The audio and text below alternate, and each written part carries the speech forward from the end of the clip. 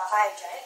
And first off, when I heard about the project and location, I was kind of excited because I feel that there's actually a personal connection that I can relate to on this project versus everything else that I've done in architecture. Maybe because I've actually lived in a neighborhood that's right up the road, and I actually live in a building where I can see the sign that says O'Reilly Auto Parts. And every single day when I go home, I'm like, oh, there's a project again I have to think about, which kind of hits the point where I should be able to try and do something really great with this because this is my neighborhood. I really want to represent it. I went to that middle school like right across the street. I went to the Jack in the Box. I would walk past this like every day thinking, wow, what a piece of shit. No offense. Because, I mean, the theater that used to be next to it was great because you got like Star Wars and all these other great things. It was a real lively center. But unfortunately, when it closed in 1999, I believe I was like 8, 9 years old, it's kind of sad to see it just die out and turn into this dark, scary place at like midnight. And especially when I used to drive with my parents, like around that corner, you could see all these people lining up and all this great light and all these little weird masks on the building. It's a shame that it's not there anymore. So I kind of want to bring back that element of life. Maybe not in that direct center, but on the corner. So a big part of my design process is actually sketching because that's more of my strong point. I'm not very good at modeling, and I'll admit that. But I began, maybe not so much with the two spacing because I came later, but the sketching of 12 little vignettes of what I would like to see and how I imagine the spaces. And it actually came out of this long piece of tricks that I had on my desk, where it's just essentially start out as random scribbles and creating spaces off of nothing, really. And kind of envisioning what I want. So how would I see a gallery as being something on the first bottom floor that you can actually walk up to, see the glass and see what people are actually putting up in the community, or having spaces in between where you can actually walk around the gallery and find a theater behind here, and also workspaces higher up where they can actually see down and see you walking around. So there's this interaction for, I guess, artists to kind of see the neighborhood and be inspired by what's around them. And because my sketches are kind of small, I decided to do no printouts. So this is like a space, kind of how I want to envision like walking through connection. So if this is one hallway, how would it connect to a row here and then onward?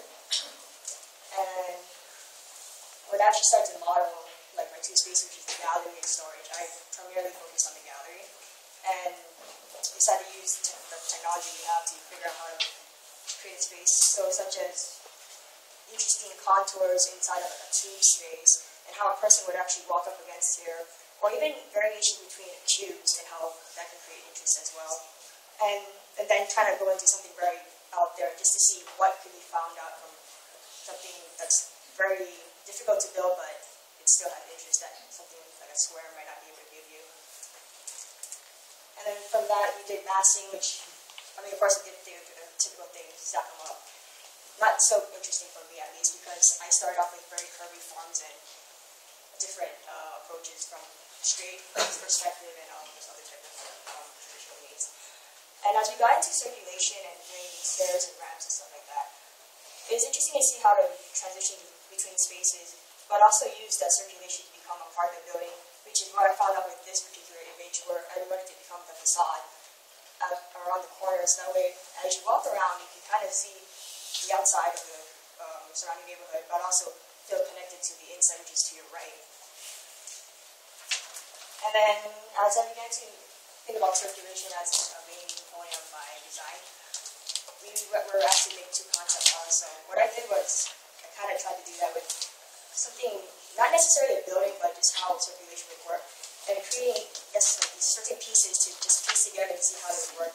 So basically, curved forms that kind of start like an S, and as well as one that's also perforated in the middle, and just playing with it, stacking with it. How would light function through here, and subsequently travel into like another interior, which again creates another pathway of light and direct circulation when you walk through it.